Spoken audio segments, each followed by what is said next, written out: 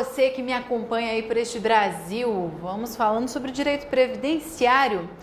Falar agora dos beneficiários, os segurados, aqueles que irão receber os benefícios previstos em lei.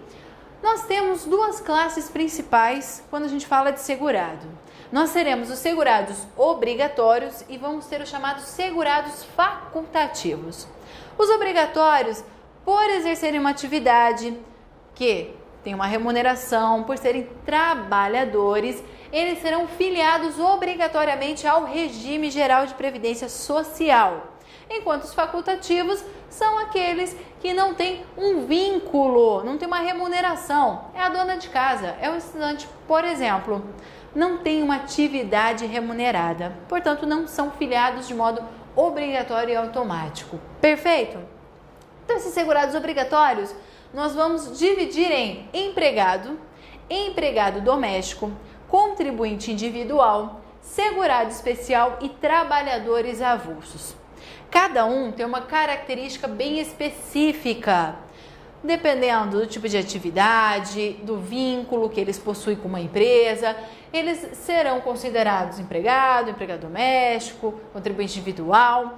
Importante conhecer cada um para a questão principalmente de benefícios. Alguns desses segurados terão direito a benefícios e outros não. Então é interessante conhecer, é importante conhecer aonde se encaixa cada um. Cai em concurso? Muito, despenca nas provas, tá ok? A dica, leia o artigo 9º do decreto 3048 de 99, tá ok? Lá vai estar bem completo qual se encaixa em cada classe, tá bom? As características de cada um. Então nós vamos trabalhar os empregados agora, mas não deixe de ler, tá ok? Então, os empregados, está previsto lá no artigo 9 do decreto, no inciso 1. Tem diversos que vão se encaixar na categoria. Parece muito texto de lei nas provas, quando se fala de empregado, trocando algum termo ou outro. Então, você fique atento com isso, por isso que é importante também dar uma lida no texto de lei. Então, vamos para o primeiro. É aquele que presta, o empregado, que presta serviços de natureza urbana ou rural. Então, nós temos um empregado, a secretária, que trabalha em um escritório, bem como, por exemplo, um vaqueiro, pessoa que trabalha na área rural. Há uma empresa não eventual, com subordinação e remunerado, incluindo-se aqui o diretor empregado. Quando a lei fala do diretor empregado, é aquele que não foi eleito. Ele participa do risco ou não, mas ele foi promovido, ele foi contratado para dirigir, para administrar essa empresa e não eleito. Então tenha atenção, volta e meia isso aparece também nas provas, tá ok? Diretor empregado, ele será, como o nome já diz, empregado. Contratado para trabalho temporário, né, para suprir necessidades da empresa. Então, contratado por uma empresa por um prazo não superior a 3 meses para substituir o pessoal, uma necessidade urgente. Esse também será considerado empregado, mesmo que o seu contrato de trabalho seja por um tempo determinado, temporário. Também aquele que presta serviços no Brasil, a missão diplomática ou um consulado. Excluído o não brasileiro residente, né, sem residência permanente no Brasil, e o brasileiro amparado pela legislação previdenciária do país. Toma cuidado com esses pontos, com excluído, com salvo. A gente tem costume de falar no direito, quase toda regra vai ter sua exceção. E aqui você tome cuidado com esses excluídos e com esses salvos, porque é aí que as bancas gostam de cobrar nos concursos. É esses pontos, é esses incisos que aparecem e muito. Então, toda vez que tiver amparado por um regime próprio, amparado, previsto, salvo, cuidado, tá? E principalmente na prova, cuidado com o amparado por um regime próprio de previdência. Se ele está amparado pela legislação, por um regime próprio, ele está excluído do regime geral. tá ok? Também é considerado empregado o brasileiro que trabalha para a União. Toma cuidado neste ponto aqui. Que trabalha para a União. Por que tomar cuidado com este ponto? Isso aqui aparece direto em concurso. Quando se fala de contribuinte individual, vai estar escrito assim: o brasileiro civil que trabalha no exterior em organismo oficial. Vai estar igual, só que vai tirar a palavra União, vai colocar que trabalha naquele organismo. Então aqui é um exemplo, né? O qual o Brasil seja membro, está a ONU. Então o brasileiro que trabalha na ONU, ele é contribuinte individual, salvo se ele estiver amparado por um regime próprio. Aí ele está dentro daquele regime excluído do regime geral. Neste caso aqui, o brasileiro está trabalhando para a União, pelo Brasil. É diferente. Então, quando ele trabalha para a União, ele vai se encaixar como empregado, salvo, exceto, se ele estiver amparado por um regime próprio deste organismo. Por exemplo, a ONU tem um regime próprio para os seus servidores. Se ele estiver amparado por um regime próprio ou estiver mesmo amparado por outro regime até mesmo, né, brasileiro, tenha ido lá trabalhar, ele está excluído. Então, cuidado, se na questão aparecer que ele está amparado por um regime próprio, ele está excluído. Ele não é empregado, ele não entra aqui na classificação como empregado. Se estiver simplesmente trabalha para o organismo oficial internacional do qual o Brasil seja membro, ele encaixa-se como contribuinte individual. Se tiver a palavra União, é empregado e ele não estiver amparado por um regime próprio, tá ok? O outro que é previsto é o brasileiro que presta serviços à União no exterior, em repartições governamentais, tá, do Brasil, e lá domiciliado e contratado, bem como auxiliar local. O auxiliar local seria uma pessoa que é contratada ali naquela comunidade, ali naquele país, onde existe aquela repartição diplomática. Ele está lá, o governamental, ele está lá, vai prestar serviços como um intérprete, vai falar um pouquinho sobre a cultura. Então ele vai auxiliar, por exemplo, esses brasileiros com questão de interpretação da língua, para se comunicar. Ele é chamado auxiliar local, ele é de lá, né? Então ele vai dar todas as orientações, ele vai auxiliar na inserção da cultura, de comunicação, intérprete. Este auxiliar, se fala que ele não estará encaixando-se como segurado empregado se a legislação do seu país vedar a sua vinculação ao regime geral. Então, vamos supor que lá na Inglaterra, tá? Como exemplo, supor que lá fosse proibido ele entrar nesse regime, aí ele está excluído. Senão, ele seria considerado empregado nos termos aí da lei, se enquadraria e contribuiria como empregado. Bem como o bolsista ou o estagiário, desde que prestem serviços em desacordo com a lei. Então, é o exemplo do estudante de direito que vai prestar serviços no escritório de contabilidade, como estagiário, fazendo ali, né, as faturas. Pera lá, o cara está fazendo direito, ele vai fazer um serviço que é de contábeis? Vai estagiar na área de contábeis? Não tem nada a ver. Aí ele é empregado. Se ele está em desacordo com a lei, ele será considerado empregado. Os ocupantes de cargo em comissão. Os cargos comissionados são aqueles de livre nomeação e exoneração, tá ok? Então, no poder público, por exemplo, um cargo de confiança, um assessor, né? Que eu posso contratar, posso exonerar a qualquer momento. Livre contratação e exoneração. Os cargos, enquanto ele ocupa esse cargo em comissão, ele é assegurado empregado. O servidor público, não amparado por regime próprio de previdência social. Então, hoje, no geral, na União, eles estão amparados por um regime próprio. Nos estados, nós também temos. Mas o que pode aparecer na questão? Pode te contar toda uma historinha e falar que esse servidor não está amparado, que aquele estado, que aquele município não tem um regime próprio de previdência social. Lembre-se, todos os trabalhadores deverão estar amparados por um regime de previdência. Ou vai se enquadrar no geral ou se enquadra no regime próprio. Então, os servidores públicos vão se encaixar neste próprio, mas nem sempre o Estado e a União vão ter esse regime. Se não tem regime próprio dos servidores públicos, aí vai passar para o regime geral. É isso que a lei trata. Os contratados para suprir necessidade temporária de excepcional interesse público. Então, eles vão trabalhar em repartições públicas governamentais para uma necessidade, para suprir a necessidade de interesse público nos termos do artigo 37 da Constituição. Tá ok?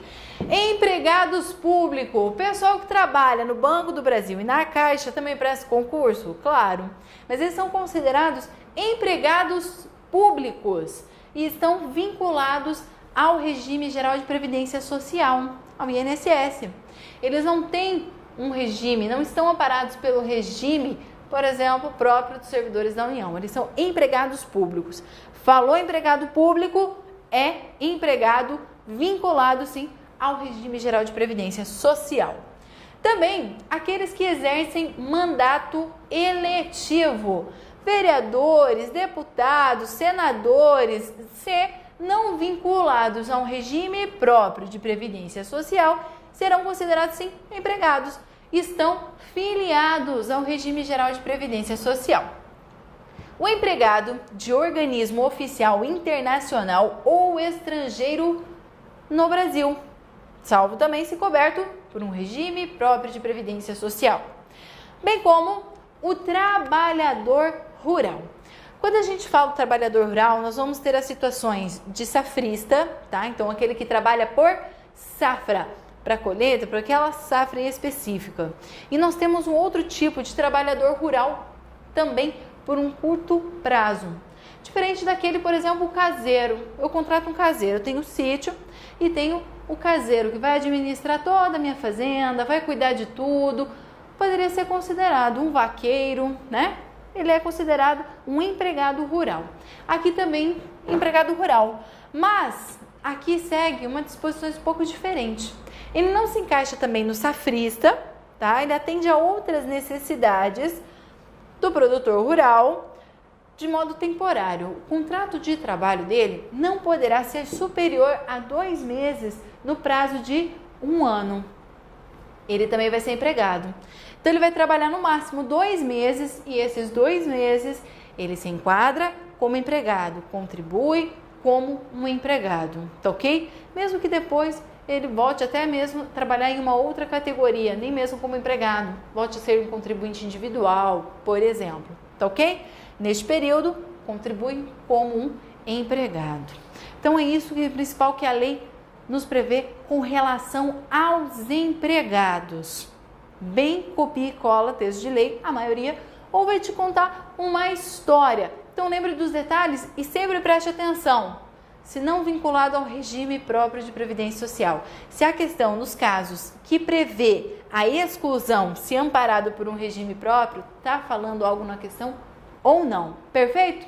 Então, vamos para a próxima categoria aí de segurados obrigatórios, que é o empregado doméstico. Me acompanha. A segunda categoria aqui, empregados domésticos. Totalmente diferente do empregado. Ele trabalha, presta serviços mediante remuneração a uma família ou uma pessoa física, não a uma empresa. Então, no âmbito residencial e sem fins lucrativos. São exemplos a babá, a faxineira, a cozinheira. Aqui a cozinheira, vamos aproveitar, sem fins lucrativos. Vamos supor a seguinte situação. Eu tenho a minha empregada doméstica na minha casa e eu faço doces, bolos para vender para festas dentro da minha casa. Então, eu utilizo aquele espaço e faço, docinhos, salgadinhos e revendo. E eu utilizo a mão de obra da minha cozinheira. Ela me ajuda a fazer esses bolos, esses doces para venda. E aí, continua caracterizada empregada doméstica? Não, porque daí deixou de ter essa finalidade lucrativa. Eu já estou obtendo lucro com a mão de obra dela. Ela está me ajudando a fazer esses doces, esse bolo, para oferir lucro Portanto, deixou daí de ser empregada doméstica e passa a ser daí minha empregada. Ela perdeu a característica principal de empregada doméstica, que é trabalhar no âmbito de residência e não realizar atividades lucrativas. Então, uma pousada familiar, se ela trabalha ali como camareira, cozinheira, já perdeu a característica. Agora, a cozinheira para cozinhar ali para minha família, eu e minha família, fazer as refeições, essa continua sendo empregada doméstica. Cuidadoras de idosos, motorista particular, piloto particular. Nossa, piloto particular, claro, se eu tivesse um jatinho, e contratasse um piloto só para ficar me levando para cima e para baixo, para onde eu quisesse, ele é considerado empregado doméstico, porque ele está realizando uma atividade somente para mim, me levar para um canto e para o outro, assim como motorista particular, sem finalidade lucrativa. Está trabalhando exclusivamente para me levar para meu trabalho, para fazer uma viagem, para serviços para mim e para minha família, tá ok? Então, características principais, âmbito residencial e sem fins lucrativos, tá ok? Então, essas são as principais características e as classes, tanto de empregado e empregado doméstico que a gente trabalhou. Como é um tema muito importante, vamos resolver algumas questões para você ver como aparece e quais são os problemas que podem ser apresentados na sua prova. Me acompanhe. São segurados obrigatórios da Previdência Social, na forma do determinado pela Lei 8.213 de 91, as seguintes pessoas físicas. A. Como empregado, o brasileiro civil e militar, que trabalha para a União no exterior em organismos oficiais brasileiros, excluídos estrangeiros do quais o Brasil é membro efetivo ou temporário, ainda que lá domiciliado e contratado, salvo se segurado na forma da legislação vigente do país de domicílio. B. Como empregado, o brasileiro ou estrangeiro domiciliado e contratado no Brasil para trabalhar como empregado em sucursal ou agência de empresa nacional no exterior. C. Como empregado, aquele que, contratado por empresa de trabalho temporário definida em legislação específica, prestar serviços para atender a necessidade de substituição de pessoal transitório ou a acréscimo extraordinário de serviços de outras empresas. D. Como empregado, aquele que presta serviços de natureza urbana, excetuada a rural, a empresa em caráter não eventual sob sua subordinação e mediante remuneração, inclusive como diretor empregado. E, como empregado doméstico, aquele que presta serviço de natureza contínua à pessoa ou à família no âmbito residencial desta, mesmo em atividades com fins lucrativos. A questão está te solicitando quais são considerados empregados segundo o artigo de lei. Tu copia e cola essa questão. Segundo o artigo de lei, o que a lei coloca como empregado? Vamos analisar então cada afirmativa? A tem como incorreto quando afirma que é o civil ou o militar que trabalha para a União. Então está tudo corretíssimo de acordo com o texto de lei, mas o militar não se inclui nessa situação, perfeito? Então é aí que está o errado da questão. A B está corretíssima, nos traz o conceito de que é empregado aquele que é contratado para trabalhar em uma agência, uma sucursal no exterior. Perfeito, copia e cola de texto de lei, igualzinho e corretíssima. A C, ela fica incorreta porque coloca ali de pessoal transitório. Não é isso que a lei afirma, é pessoal permanente. É este pequeno detalhe, então tome muito cuidado. Muitas questões vêm com essa malícia. Troca uma palavra, coloca um não onde não tem e acaba tornando essa questão incorreta. Muitas vezes você lê rapidamente e parece estar correta. Perfeito? Então ali é o pessoal transitório que deixa ela incorreta. A D está incorreta porque tira o rural. Pode ser considerado, sim, empregado aquele que presta serviços a uma empresa, pode ser de natureza urbana ou de natureza rural, não excetuada a rural. E a E está corretíssima, essa ficou muito fácil de você identificar que está incorreta. Empregado é uma classe, empregado doméstico é outra classe de segurados e não a mesma pessoa como afirma ali, portanto, incorretíssima. Perfeito? Vamos para a próxima questão? Me acompanha aí na sua tela. É considerado segurado empregado da Previdência Social o brasileiro civil que trabalha para a União no exterior em organismos oficiais brasileiros ou internacionais, dos quais o Brasil seja membro efetivo, ainda que lá domiciliado e contratado fora do Brasil, salvo se segurado na forma da legislação do país do domicílio. A questão está corretíssima. Fala, do brasileiro civil que trabalha para a União no exterior em organismos oficiais brasileiros. Esse tipo de questão já apareceu em diversos concursos diversas vezes. Cuidado, vou repetir mais uma vez, com a pegadinha que pode aparecer nesse tipo de questão. O brasileiro que trabalha para a União. Se simplesmente o brasileiro trabalha no organismo oficial e não está amparado por um regime próprio de previdência, aí ele será considerado contribuinte individual. Se tem a palavra União, ele trabalha para a União e não está vinculado a nenhum regime próprio de previdência, aí ele será considerado um empregado ali no regime geral de previdência social. Perfeito? Próxima questão aí na sua tela. São segurados obrigatórios da Previdência Social as seguintes pessoas físicas, exceto a. O brasileiro ou estrangeiro domiciliado e contratado no Brasil para trabalhar como empregado em sucursal ou agência de empresa nacional no exterior. B. O brasileiro ou estrangeiro domiciliado e contratado no Brasil para trabalhar como empregado em empresa domiciliada no exterior, cuja maioria do capital volante pertence à empresa brasileira de capital nacional. C. Aquele que, contratado por empresa de trabalho temporário, definida em legislação específica, presta serviços para atender a necessidade transitória de substituição de pessoal regular e permanente ou acréscimo extraordinário de serviços de outras empresas. D. O exercente de mandato eletivo federal, estadual ou municipal, desde que não vinculado a regime próprio de previdência social. E. O empregado de organismo oficial internacional ou estrangeiro em funcionamento no Brasil, inclusive quando está coberto por regime próprio de previdência social.